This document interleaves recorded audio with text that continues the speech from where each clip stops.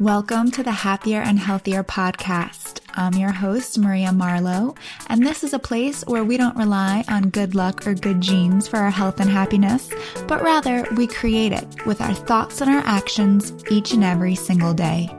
Each week, I'll bring you a thought or a guest that will help you live your happiest and healthiest life. Are you ready? Welcome back to the Happier and Healthier podcast. Today, I'm joined by Dr. Rachel Abrams. She's a family practice physician with a specialty in integrative health, relationships, and sexuality. She runs the award-winning Santa Cruz Integrative Medicine Clinic and has been voted Best Doctor in Santa Cruz County every year from 2009 to 2019. She's the author of a number of books, including Body Wise, and this is the book that we're going to be talking about today. It's all about listening to your body, and she's going to be sharing tips from the book on how we can listen to our body, what that means, and how to better understand our body's innate intelligence. If you've set a goal for yourself to slim down or improve your health, and you need some help getting there, join me for Eat Slim, my 10-week online nutrition and cooking course. It's been repeatedly called life-changing by past participants as you finish the course having a better understanding and appreciation for your body. You'll learn how to tailor your diet to your unique body so that you wake up feeling energized, light, and vibrant. You'll conquer digestive issues, shed weight, get rid of sugar and junk food cravings, and learn how to cook and order healthy foods no matter what the situation. If you've been struggling to find a diet that helps you feel amazing every single day, sign up for Eat Slim at mariamarlowe.com/eat-slim. Past students have told me they got more out of this than working one-on-one with a nutritionist, and that I should be charging double and triple what I am for this course. But I really want to keep this accessible because I want as many people as possible to be able to do this program, so I've kept it at less than $30 a week. So if you're ready to get healthy for good, head to mariamarlowe.com/eat-slim to sign up. Dr. Rachel, thanks so much for being on the show. My pleasure. So happy to be talking with you. So my first question, I want to get into the book, but my first question for you, which I thought was interesting, you go by Dr. Rachel, and I know traditionally a lot of doctors go by Dr. Abrams. They go by their last name. So I'm just curious if there was a reason behind why you decided to really go as Dr. Rachel. Well, I feel like my mission in life is to make medicine and to help people understand their bodies in a way that feels familiar. And I was never crazy about this idea that doctors somehow separated me from my patients. It's completely unnecessary. I'm not going to forget I'm a doctor if they call me Dr. Abrams or, I just feel like the more we break down the barriers between ourselves and the people that we're trying to help, or really more accurately are trying to help themselves, the more successful we are. So I tend to keep it familiar with my patients and have excellent professional boundaries, of course. But I think that being friendly and human really is actually more helpful to people than it is to have an opinion from somewhere on high, because to be perfectly honest, that's just BS. It's not true anyway. Yeah. And I love that. And I love that it is more familiar and approachable. And I think that part of the problem in the medical world is that there is this sense that doctors are God in a way, and that, we have to listen to, not that in a way that they're better than us, that they are on a pedestal. Yes. And that's why I really brought that up, because I thought that was different and interesting. I have a friend whose father is a doctor, and she thinks it's very weird when doctors go by their first name. She's like, it's just so uncommon because that's what she's used to. That's sort of the old way of doing it. But I think being more approachable and using your first name is actually really, really nice as a patient. Right. And honestly, I mean, you're a nutritionist, and I would say maybe 1,000 times more about nutrition than most doctors do.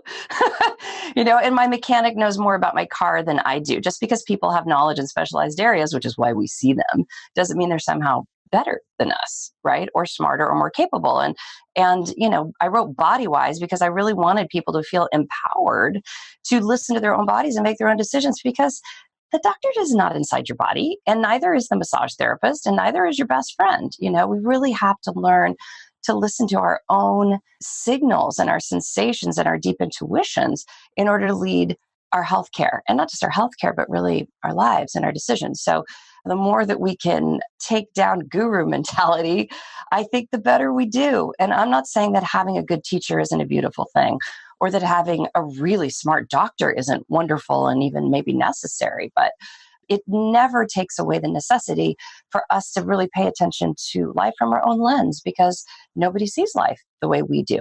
And everybody is genetically unique, epigenetically unique, socially, environmentally, culturally unique. So lots of reasons that we really want to see ourselves as our own expert in all circumstances. Yeah, so let's talk about that a little bit. In Body Wise, you talk about listening to your body, and this is a big part of how you work with your patients and what you teach. This is also something I believe in 100%, something I always teach my students and when I talk. But sometimes people will ask me, what does that mean to listen to my body? I don't even know what that means. So can you break that Right. down a little bit? Sure. So you really have to look at, like, why are we even asking that question? Which maybe to a few of you may seem like a silly question, but to many people is a quite normal question. And it's because we live in this crazy time for the human body. So we are animals, just like all the other animals.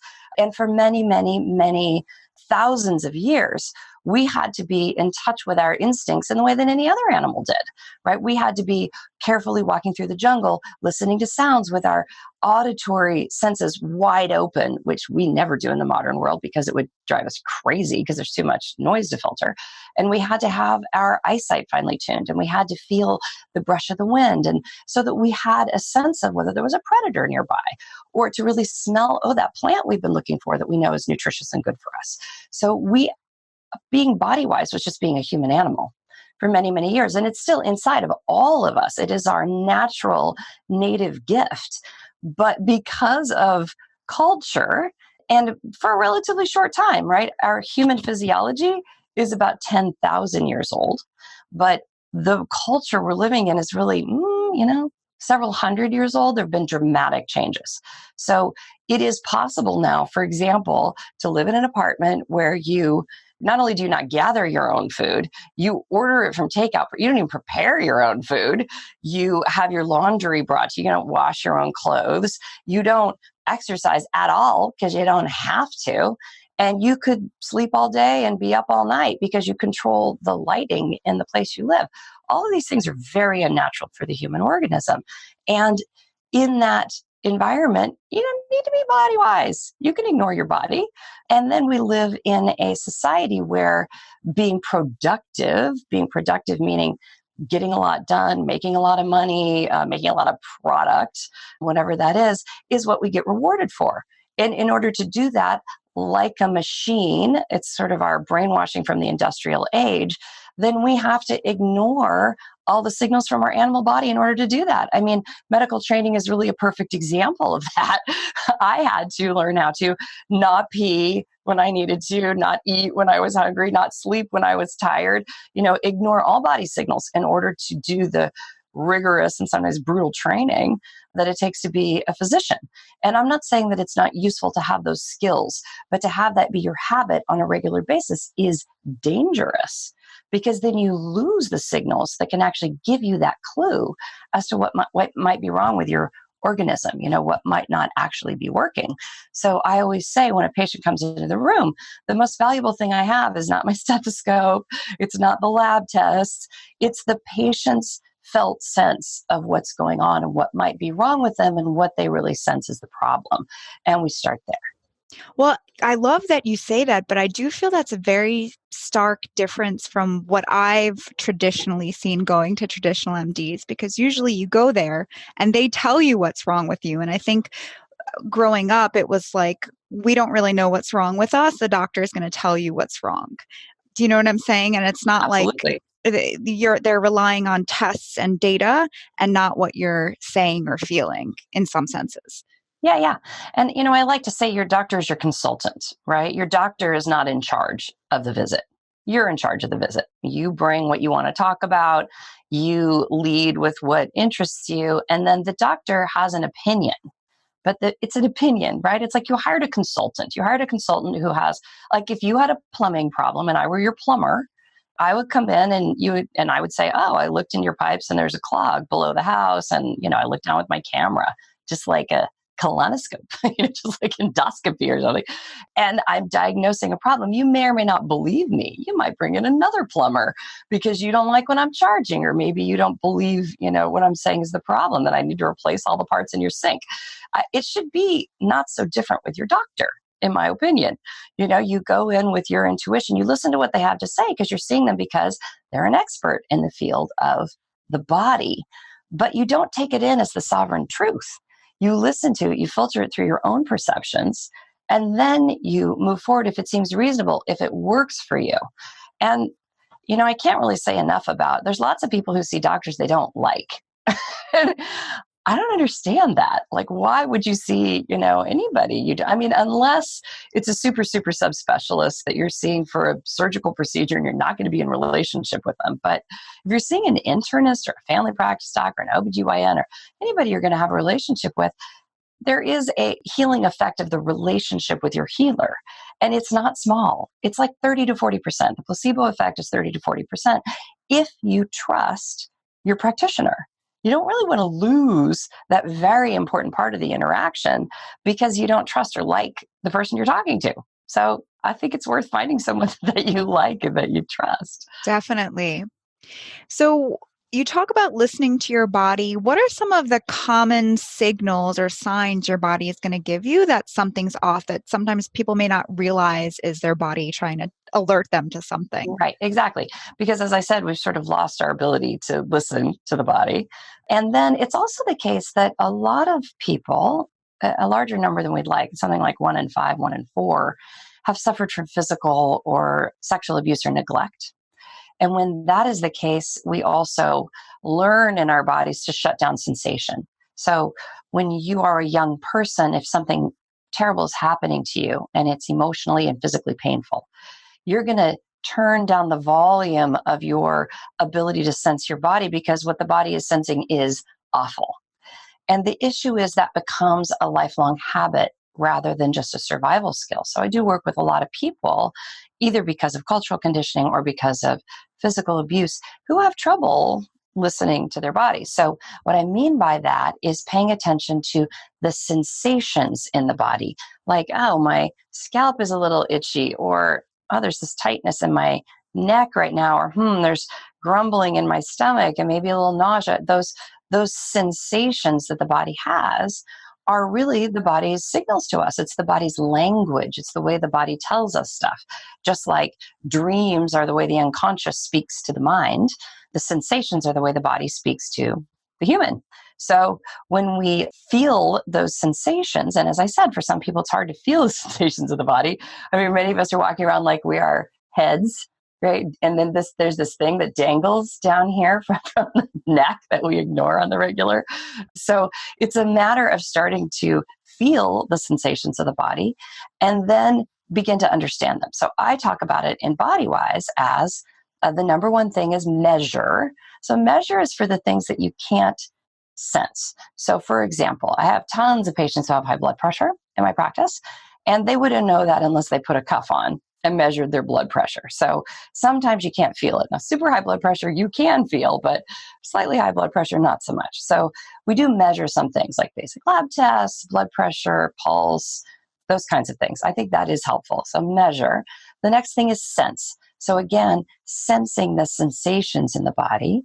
The third step is feel, by which I mean a sensation can have associated emotions with it. And then the fourth thing is discern, sort of putting together what you've measured, what the sensations are, what feelings might be associated with those sensations. And then discern is the story of the sensation. What does it mean? So let me tell a little story because I think it'll help with this. I have a patient that I adore, and she is in her 60s. And she came to see me because, as many people do, I'm an integrative physician, meaning I do more natural medicine. So I do preventive care, herbal medicine, nutritional medicine, functional medicine, those kinds of things. So she came to see me because she was having pain in her belly, and she went to see her regular doctor, and her regular doctor very intelligently said, oh, it sounds like it could be your gallbladder because of where it is and what it feels like, and did an ultrasound and said, oh yeah, you have gallstones. You need to have your gallbladder out. And this woman didn't want to have surgery. She didn't think she needed surgery. So she came to see me to see if I could figure something else out. So I'm talking to her, and, the most important part of my practice is that I talk to people for a long time. I see them for longer than a usual doctor, even if I just do usual doctor things. Just the fact that I get time to hear about where they work and their relationships and those kinds of things can make a huge difference. So in this woman, I'm asking her about the timing. So when do you get this? When does the pain happen? And she says, oh, it's interesting. It always happens after I get off the phone with my mom. And I thought, oh, that's interesting. And by the way, she had measure the first part of that. She'd had a blood test done, no acute inflammation. She wasn't imminently in danger. She'd had an ultrasound. So we knew that she was safe, that maybe she needed to have her gallbladder out, but there was no rush. And I said, okay, so here's our intervention. You're not going to talk to your mom for several weeks, 3 weeks. And she didn't. She didn't talk to her mom, and she didn't have any pain, no pain. So in her world, measure, she's got normal lab tests. She does have gallstones. Since she was having tightness and pain in her belly, feel what associations are there with that emotionally. Well, her mom was physically abusive and neglectful. And so whenever she talked to her mom, she literally felt bad about herself. She couldn't digest what her mother was saying. This is sort of how the body works metaphorically.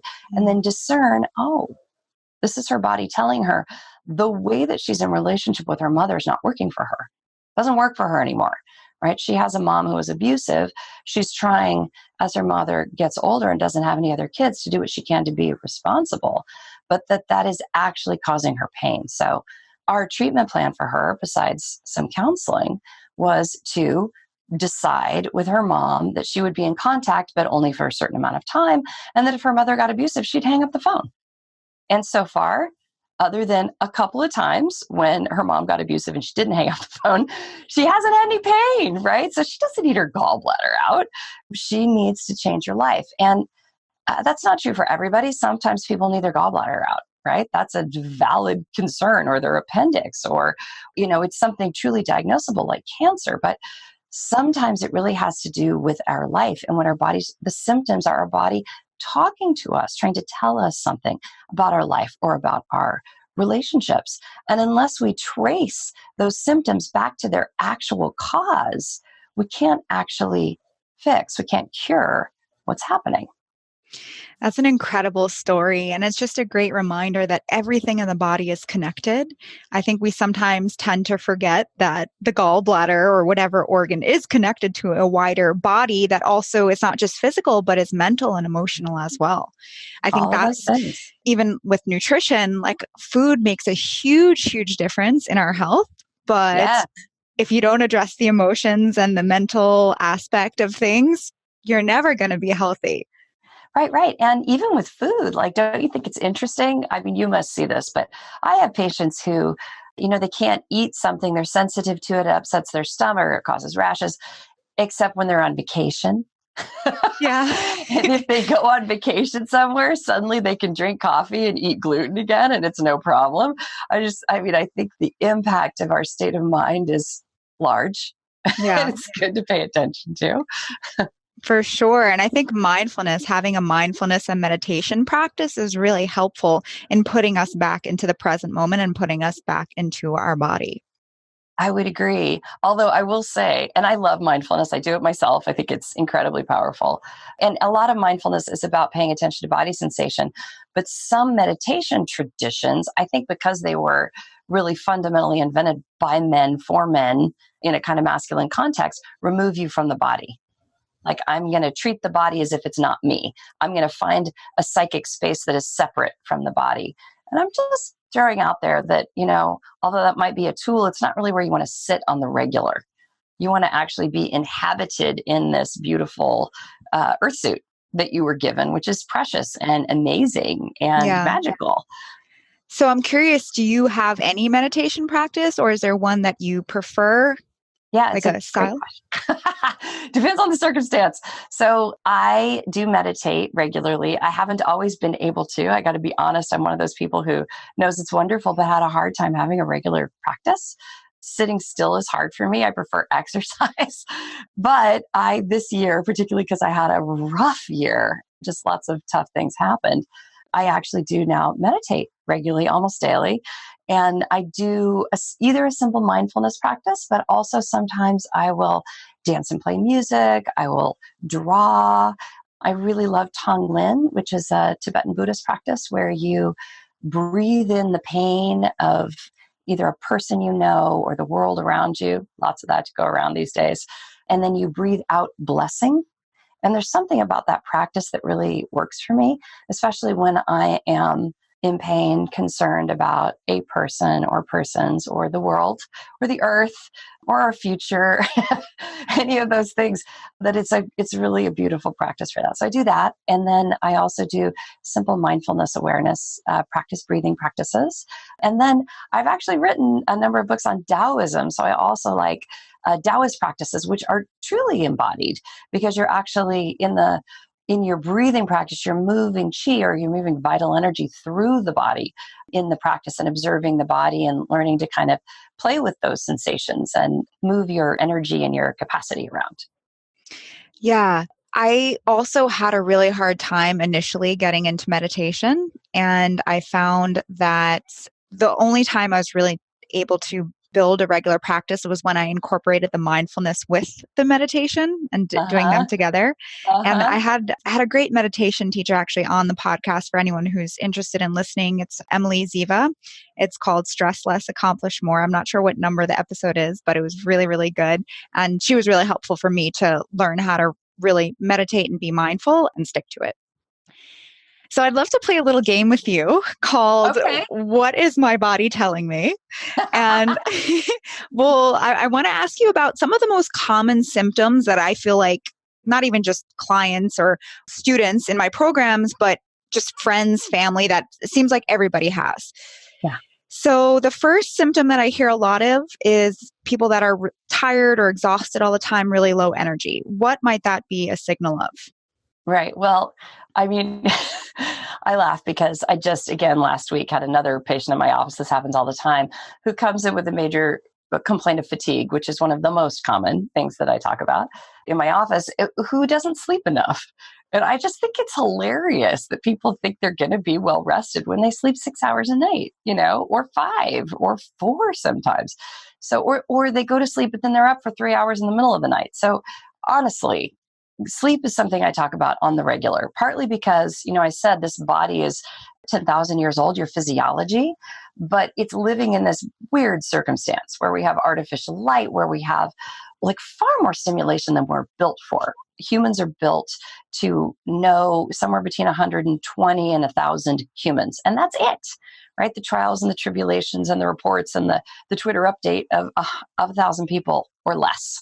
And we live in these overstimulating worlds where we know about what's going on with 7 billion people.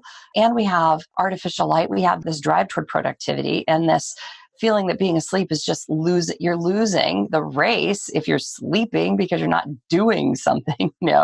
So many people don't sleep enough. At the turn of the last century, around 1900, the average person, and this is in the United States, but I imagine translatable to Europe, Australia, many of developed countries, the average amount of sleep was 9 to 10 hours a night. Can you imagine Wow. people sleeping that much? Right? Okay, but that's really a marker of what the human body is made for. And now the average amount of sleep is 6.5 hours. So I was going to say 100 years, 200 years, in 100 years, we have decided that our physiology, which is 10,000 years old, can be just dramatically changed and that we're going to be fine. And it's not true. It's not true. People need to sleep more. And you need to do whatever you need to do to get good sleep. So I can talk about that in more detail if you want to, but there's all kinds of things including what your bedroom looks like, what your bed looks like, There's all kinds of herbs and potions. There's ways to alter the light you're exposed to so that your melatonin release can be normal. And that has to do with screens and all kinds of things. So Yeah. So sleep, maybe what are your top like 3 tips? And is there anything, it's always funny to me, like people who have like 5 cups of coffee a day and then can't sleep and they wonder why. yeah, exactly. Like, are there certain general things like that? Like these are a couple things that might be why you can't sleep. And then maybe what are Yeah. your top 3 tips to get better sleep? Yes. So let me just go through some of the basic ones. So the first one, you can't, now some people are high metabolizers of caffeine and they can have a cappuccino and go to sleep. So there are people like that. That's a genetic thing. That's not most of you. Okay. So stop drinking. If you're not able to go to sleep at night, you need to stop drinking caffeine earlier in the day. And that can be as early, it can be 3 p.m. or it can be noon or it can be 11 a.m. It depends on the person. You got to try it out in your own body. So there's that. And then there's what you do before bed. Okay, so I always say, if you're trying to get your infant to sleep through the night, would you leave all the lights on and hand them an iPad, in the crib? Really? I mean, you got to think we're human animals, right? So we need quiet, we need dark, we need cool in the bedroom. All of those things. If you need earplugs, if you need an eye patch, if you need darkening shades on your window, if you need a more comfortable bed, if you need a fan, whatever it is. And then what you do before bed really matters. So your melatonin is spiking at bedtime. That's how, from your pineal gland in your brain, and that's how you know that you start to get sleepy and go to sleep. And if you're exposed to a screen, particularly a computer screen, a pad, or a phone, that screen has blue light. So there is warm kind of yellow, red light, like think firelight that we're meant to be exposed to at night. That was what the natural light was for humans. And then there's daylight, which is bright, white, full spectrum light. And full spectrum light is really important during the day. So if you get seasonal affective disorder, we use that therapeutically during the day. But at night, you want that softer light. So in your house, you want to dim your lights a little bit, maybe use an incandescent bulb instead of a bright white bulb, or you can get eco bulbs that are warmer. That's the word we're looking for, more sort of orangey. And then on your pads and your screens and your phones, you can have an app that, like I use getflux.com on my computer. And then when it starts to get dark and your computer knows it's sundown wherever you are, the computer actually shifts its color to amber. It's also a really good sign to get off your computer and go do something else. It's the end of the day. You're right. And then many of the new phones come with this kind of software, so you can set that on your phone as well. And then I will say, even if you stop the light, because the blue light has double the suppressive effect of white light. So your computer, if you use it before bed, has double the suppressive effect on melatonin as, say, watching television or the light up in the ceiling in the room that you're in. So we want to be careful, particularly with teens. This is a really big deal. It has an even bigger effect on them. So you want to limit screens before bed as best you can. Don't put your phone next to your bedside. So phones are no longer phones, okay? If this were a dial phone next to your bed, I'd be okay with that, but it's not. It's your everything. It's your email and your Twitter account and your work and, everything is on your phone. So it's like you took your desk from your office and you stuck it next to your bedside every night. And now you think you should be able to go to sleep, right? Yeah, what a nightmare. It's crazy. It's crazy if you think about it logically. So you want to get the phone away from the bedside. And then if you're still having trouble falling asleep, there are a number of calming herbs that I find really useful. People, are anxious for lots of reasons and have trouble sleeping. I really love valerian root. I use it all the time. It's the most effective sleep herb. It's very potent. So you want to start with a lower dose, somewhere in the 20 milligram range. You can go all the way up to 600 milligrams. It's non-addictive. You can use it every night. It enhances deep sleep, which is healing, anti-inflammatory sleep. Valerian also can cause nightmares, so you want to look out for that if that happens for you. It's not a match, or if you have hangover effect. And then I also really like CBD oil, so cannabidiol, which is not marijuana. It's a calming part of the hemp plant or the marijuana plant. Doesn't make you high. It doesn't have that impact. It's anti-inflammatory and it's calming, can be very useful before bedtime. Also non-addictive. And then other gentle herbs like passion flower can be helpful for folks who can't take the other ones. Something called L-theanine, L-theanine. It's an extract from green tea. It's lovely. It's calming. I use it during the day in a lot of my patients for anxiety, somewhere in the 200 to 400 milligram range before bed. Also helpful. What I like about L-theanine also is lots of people can fall asleep, but then they wake up in the middle of the night. So the two most common causes of that in my practice, or the three most common causes, are menopause for women. So a lot of women have hot flashes in the middle of the night. You got to treat that like you're treating menopause. That's another big discussion. Drinking alcohol before bed.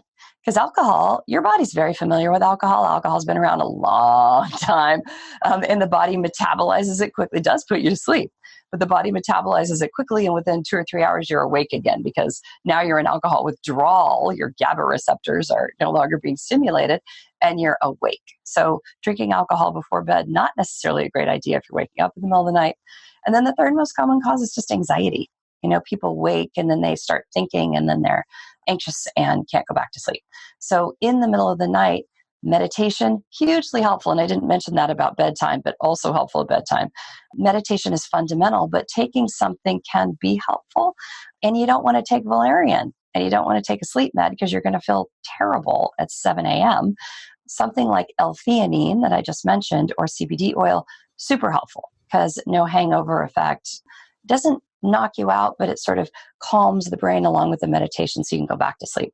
And then the last thing I want to say about that is, again, you're a human animal. If you lie awake not sleeping in bed, either because you just went to bed or because you woke up in the middle of the night, you are training your bed to lie in bed awake. So if you're in bed and it's been 20 or 30 minutes, get out. Get out, read a book, do something. Don't get on your phone. Don't get on the computer. Do something calm in low light until you're sleepy and then go back to bed again. Oh, that's a great tip. I'm curious, what are your thoughts on taking melatonin, like the melatonin spray? Mm-hmm. I think it's totally safe to take melatonin at bedtime. The reason I didn't mention it is it's not that effective. It works great if you're switching time zones because melatonin's your sleep clock. So your pineal gland in your brain secretes melatonin at bedtime to tell you it's bedtime. So if you're traveling through time zones, or let's say you're a shift worker and you're trying to sleep at a different time of the day, taking melatonin can be helpful because it resets your clock. But for most of us, now for some people it works at bedtime, for most people not so well. So it's fine to take. Yeah, I use it. This is like my go-to because I'm traveling across time zones all the time. I use it on the plane. I don't use it at night because I don't need to. Right. But exactly, as do I. Yeah. Okay, so what about IBS? This is another really, really common one. I think so many people are diagnosed with IBS, and I feel like it's a bit of a catch-all. Yep. I call it the garbage can diagnosis. Yeah.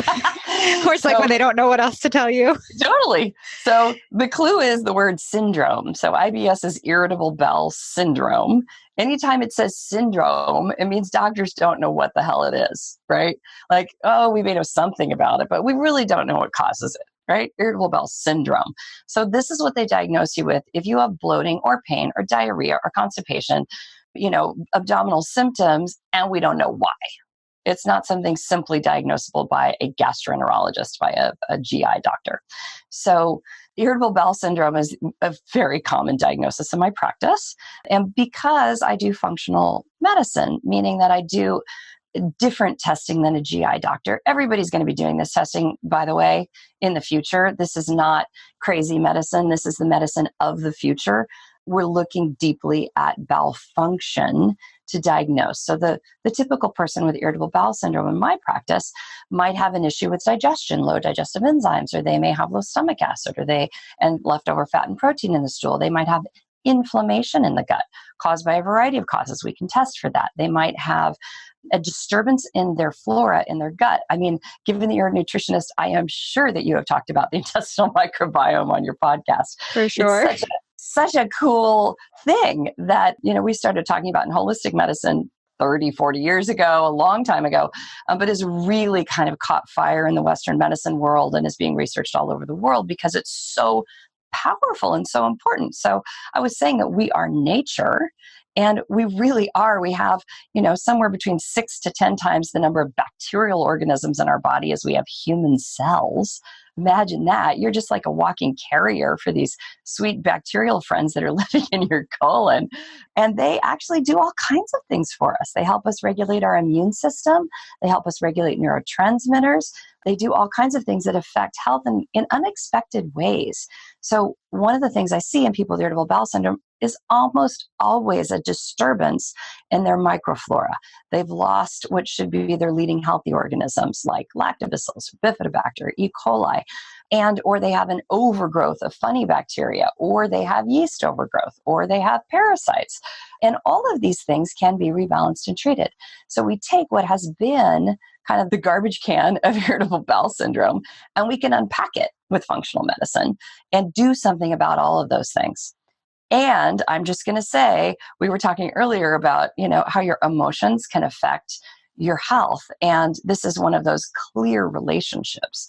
So lots of folks with irritable bowel syndrome have emotional correlations to their symptoms, like my patients who, have diarrhea and bloating when they eat gluten and drink coffee where I live in the US, but they go to Italy and they're just fine. Thank you very much. So there could be lots of reasons for that, including the kind of wheat that they're eating. But still, I think a lot of it has to do with the fact that they're on vacation. So there's the emotional component of irritable bowel syndrome as well. And then diet. The reason the microbiome has such an intense impact on the immune system is that you've got this massive number of bacteria that if they were in your bloodstream could kill you, but they're inside your body. So the immune system is massively arrayed around the colon and really takes its cue from the colon. And when you have a disturbance there, like funny bacteria or yeast or parasites, then it creates inflammation, which causes this term leaky gut or intestinal permeability, which is the newer term, whatever you want to call it, and can actually allow the immune system to have more access to what's in the lumen or the inside of the intestine where the food is and become food reactive. And so we have this escalating number of food sensitivities and food allergies, really extraordinary, a doubling of what used to be the case. I mean, you're pretty young, but when I was a kid, there were nobody with food allergies, the rare child with a peanut allergy. And now it is unbelievably common. And this is not just in the Western industrialized world issue. This is worldwide. And it has to do with a disturbance of the intestinal microbiome with the antibiotics that we've been introducing since 1950, both by mouth, but primarily in our animal feed, and the pesticides that we're using on our foods, which have an antimicrobial impact. Yeah, it's amazing how we're still living with all of the antibiotics and the toxins and all of the thing going on. The body is really an amazing organism. And the great thing is that we can repair it, right? We can reverse those things. And I always like to tell people, because when we have symptoms like IBS or whatever problems we have, acne, this, that, the other, we tend to look at them as bad things and we don't like them about ourselves. But really, I like to look at them as blessings in disguise, because they're our body's way of waking us up and telling us, hey, something's not right, something needs to change. Yeah, exactly. And as I know, with irritable bowel syndrome, shifting diet is hugely important. And what's complicated about that, and I'm sure you've talked about this ad nauseum, is that there's so many different dietary suggestions and it's very confusing for people. And other than some basics, which I'm sure you and I agree upon, which is lots of fruits and vegetables and probably organic and healthy, clean protein sources, other than some basics that everybody can agree on, that people's bodies need different things. I mean, again, this is why we need to listen to our body intelligence, because I have patients who, become vegan and it changes their lives and they feel amazing and they feel super healthy on that diet. And I have patients who are vegan and they feel horrible, and then they become paleo and they feel great. And then after a while they don't feel great. And then they, it's different for everybody, and it's different at different stages of life. And I just think that the less rigid we can be about our dietary program, and the more that we can really deeply listen to what our body wants to eat in an accurate way and differentiate between food addictions and actual body guidance, which that is important, that we're healthier and we do better. Yeah, I could not agree with you more. That is exactly what I always tell people. And I think it is really important that we stop choosing our diet with our head and we start choosing it with our body. So speaking of Amen which, to I that. know there's an exercise that you do with people that helps them to really tune in, because for some people listening, and I know this was me maybe 10 years ago, like I didn't really know how to listen to my body. So Yeah. what is the exercise? Can you lead us through that? Sure, I'd be happy to. And I just want to say that my good friend and co-author, actually Julie Gottman, came up with this exercise. This is her exercise, but I love it because it's such a beautiful way to access body intelligence. So wherever you are, if you're still and you're not driving, I want you to close your eyes. If you're driving, please don't close your eyes. Take a deep breath and put your hands on your belly. So take a deep breath so that your belly comes out, a belly breath. By the way, taking belly breaths is a really awesome way to deal with anxiety and insomnia. Deep breath into your nose and out. And I want you to take one more and let your body gently relax. And out. Feeling yourself grounded into the ground.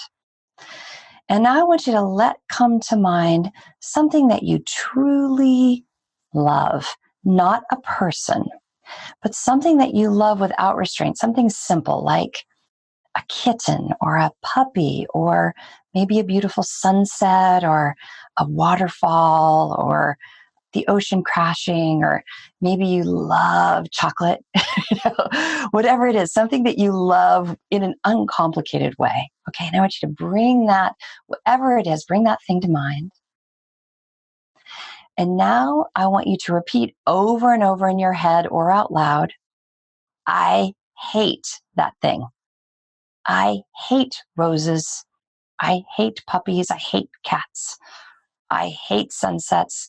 Please stay with me. We're not going to do this very long. I hate this thing over and over again in your head. And now I want you to pay attention to the sensations in your body. As you're saying, I hate this thing, what sensation do you have in your neck and your shoulders? How about in your chest or your belly? What sensations do you have in your back or maybe your arms and hands, inside your head? What sensations does your body have while you repeat, I hate this thing that you love? Okay, now we can stop with that painful part. Yeah, I feel like I could actually really feel it, like feel my arms and my upper body tensing up. I could feel it in my stomach too. Yeah, what did you feel in your stomach?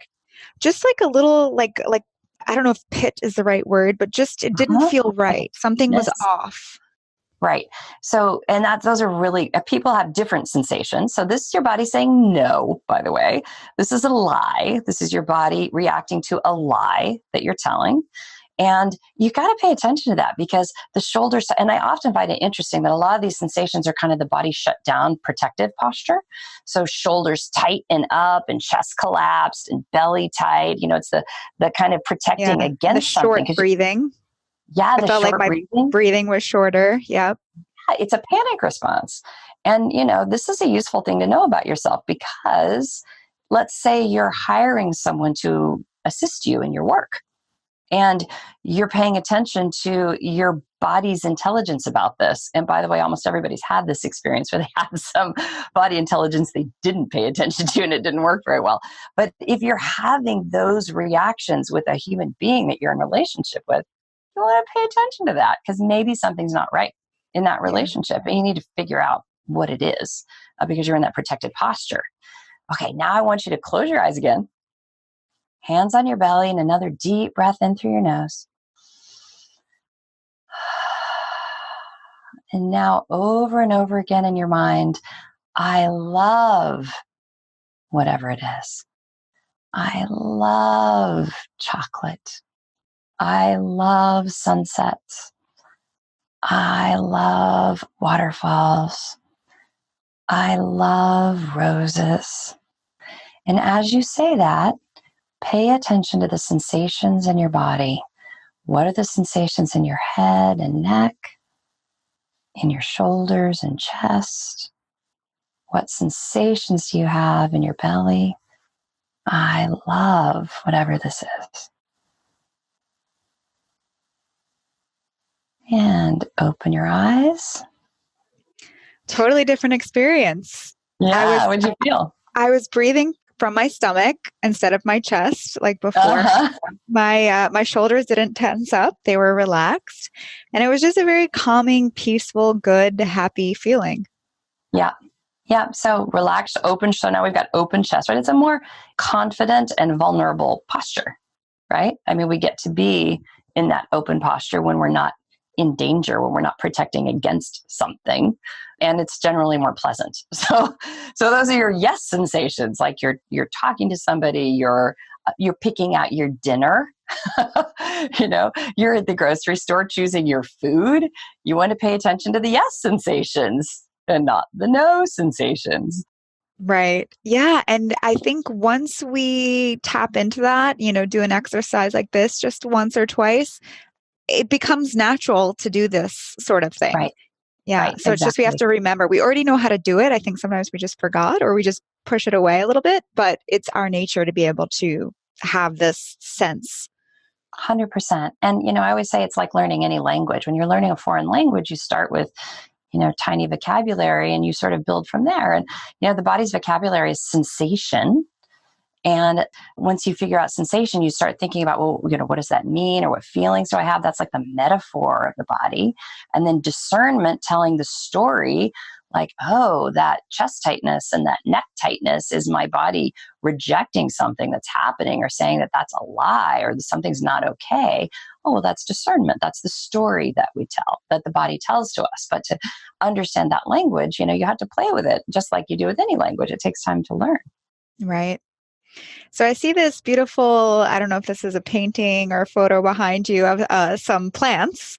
So Yeah. I'm curious, what is the role of nature in our health? Yeah, thank you for asking that question. So I wrote body wise because I can just see that in our society, the degree to which we are separate from our bodies causes all kinds of problems in our health and in our relationships. But that really, we want to get into right relationship. And what that means to me, I love this definition. This is from Aldo Leopold. It was from the 1940s. He was an ecologist. And he said, a thing is right. Meaning you're in right relationship. When you do something, a thing is right when it increases the integrity, the resilience, and the beauty of the natural world. The integrity, the resilience, and the beauty of the natural world. And there's never been a time in history where we really needed to get into right relationship with the natural world more than we do right now. And that includes our health. So this idea that we're somehow separate organisms and that out there is nature separate from us is just 100% false. I just said we have these bacteria inside us that we're carrying around. But by the way, your intestinal microbiome is highly related to the soil microbiome in the place that you live. And the healthy bacteria in the soil are what make for nutritious fruits and vegetables that we grow in the ground. We are depleting and destroying those. In the same way we are in the body with antibiotics, we're depleting and destroying them with pesticides and herbicides. So we are doing damage on a global scale with our human-created products, pesticides, herbicides, toxins in the environment, the 50,000 plus chemicals that we've created since 1950, something like 5% of them have been tested for human safety. Okay. And as a doctor, when I want to give someone a medication, like let's say I want to give you a hormone, I can give it through the skin. I can give you a patch or a gel or a cream. It's absorbed just fine. So is everything else. Okay. Your clothing, the water, the air, the soil, whatever touches your body, your shampoo is absorbed. So we are hugely intimate with our natural environment on a regular basis. We breathe it in, we touch it, we digest it, we put it inside of us. So there is no separation between us and the natural environment. I'm talking about it right now in terms of toxicity, but there's also this gorgeous connection between us and the natural world that is, it's remarkable. So let me tell you a little bit of a story about this. And this is all about finding right relationship with ourselves, right relationship with other people, and then right relationship with the natural world. Those three things, those three sort of fundamental blocks. So a friend of mine, Suzanne Simard, discovered the mother tree in the forest. I don't know if you've ever talked about this on your podcast, but it's pretty remarkable. So she's Canadian and she grew up in the forest in Canada and started working for a logging company doing research. And as a child, she would lay out in the forest on the ground, and it was very soothing for her. She kind of a rough childhood. And her research started to reveal that in a virgin forest that hasn't been logged, that the big trees, she calls them the mother trees, are in communication with all the other trees in the forest through their root systems. So the tree roots go quite a ways, but the fungal network it covers the entire earth. I mean, it's really tremendously interesting if anyone's interested, but the tree roots work symbiotically with the fungal network to create a mycorrhizal network that connects all the trees and plants in the forest. And the mother tree communicates with the other plants, including her offspring, through things that look like neurotransmitters. They look like glutamate and serotonin. So they're communicating through this, and the network looks just like the network in our brain. It's wired exactly the same. And then the trees also, just like we have pheromones that come off our body and communicate to other human animals, they have pheromones that they're in their leaves. So let's say a pest comes into the forest and starts eating one of the trees. Well, that tree communicates through the mycorrhizal network and through its pheromones downwind to the other trees to upregulate their tannins, their bitter substances, so that they're less delicious to the insects. So when the Japanese beetles came through the forests of Canada, the intact forests, the non-logged forests, 4 times less likely to die than the forests that had been logged and were just generic trees that were not as interconnected yet. So underneath our feet, under 1 footfall, is 100 kilometers of mycorrhizal network in a forest. 100 kilometers, just under 1 foot. So it's this dense interconnected network. And then we humans above the ground here, and not just humans, the dogs and the cats and all the animals with a heartbeat, also have an energy field. And I'm not talking woo-woo here. This is actually measurable, scientifically measurable, an energy field that goes out almost 10 feet in either direction, which accounts for things like the fact that when I sit down on the couch with my cat and pet my cat, my heartbeat, my heart rhythm synchronizes with my pet. The same thing happens if I'm hugging my friend. Our heartbeats synchronize together. And the mirror neurons in my brain, when I'm with a patient, synchronize thoughts. So I can actually intuitively feel what that person is feeling. You can see why this would be useful for the human animal to be able to resonate and understand people around them, both to coordinate and also for warning, right? So you know when someone's dangerous or angry or likely to be unpredictable. And so our human senses, our energy fields, it's not physical like the mycorrhizal network, but it's no less connected. So we've got this dense network underground, and we've got this human energy network on the planet. And not just human, animal, plant energy network. And then the research on the impact that we can have on plants is pretty amazing as well, that our thoughts actually affect the plants that we're around, that the plants have this really incredibly positive impact on us. So, the Japanese talk about forest bathing, which is really just walking through a forest and smelling the trees. I love forest bathing. Yep. Right? And that has this remarkable effect on our health. So our health and our psychology. So, I often talk about, there's this wonderful research study showing like 35 different positive effects of humans being exposed to nature / trees and plants. That we have lower cortisol, that we are happier, that we get depressed less often, that we're less aggressive, that there's less racism, that there's better community support, that there's better concentration, that there's improved productivity, that every single illness that reduces your lifespan is reduced when you're around nature. Okay? And this is because we are connected. We were not created as human animals to live in little boxes without nature. So wherever you live, and believe me, we have a lot of people on the planet. We need concentrated housing. I'm not saying don't live in an apartment. Fine, live in an apartment. Have some plants. Go outside. Hang out with trees. There's research showing that if you live in an apartment in a city and you can see a tree outside, as opposed to someone who can't see a tree outside, that it has a dramatic impact on your level of depression. Wow. You're much less likely to become depressed if you can see one tree from your window. I believe it. I used to, when I was living in New York, I purposely never moved downtown because I needed to be near Central Park. So I could go there often. I'd take my phone calls there, go for walking meetings, was always there because I felt like I would go crazy if I just stayed in my little box. Exactly. Exactly. And that is honestly, I mean, I've got a lot of family in New York. And one of the beautiful things about many of our cities all around the world is that there are big natural spaces for people. So people can live in a concentrated way, but you have access to nature regularly. We just have to do it, right? We got to get ourselves there. But that immersion in nature, is another way to become embodied, to get back in your body. I talk about it as the gates to embodiment.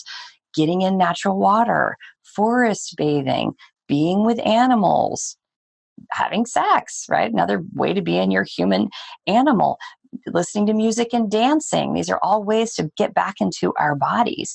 And when we're embodied, we're healthier, right? We have more life force or chi or prana in the Chinese and the Ayurvedic traditions. I love that. I feel like I can talk to you forever. I have so many more questions for you. I think we're going to have you on the podcast again. I'd be happy to do that. But one last question I want to ask you.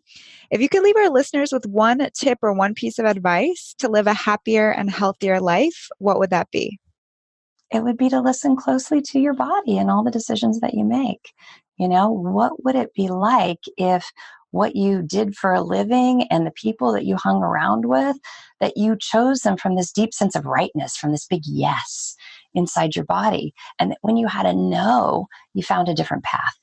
I think each of us is capable of, and, mind you, some of us don't have options. Like we have to stay at the job because we need the income to support our families or support ourselves. I get that. We don't all have complete agency. But in the ways that you do, it's important to choose what nurtures you and to really have you be your own expert, to have you be the guide for your wellness and your well-being in all ways. I love that. Very well said. Well, thank you so much, Dr. Rachel. Body-wise. Body-wise. So great to speak with you. Yes. No, this is so wonderful. And Body-wise, if anyone's interested, it's available on Amazon and wherever books are sold. And where can people connect with you? So drrachel.com. So it's all spelled out DOCTOR, Rachel, RACHEL.com has all my upcoming events and speaking engagements and all my books. Awesome. Well, thanks so much, Dr. Rachel. You're welcome. Have a great day.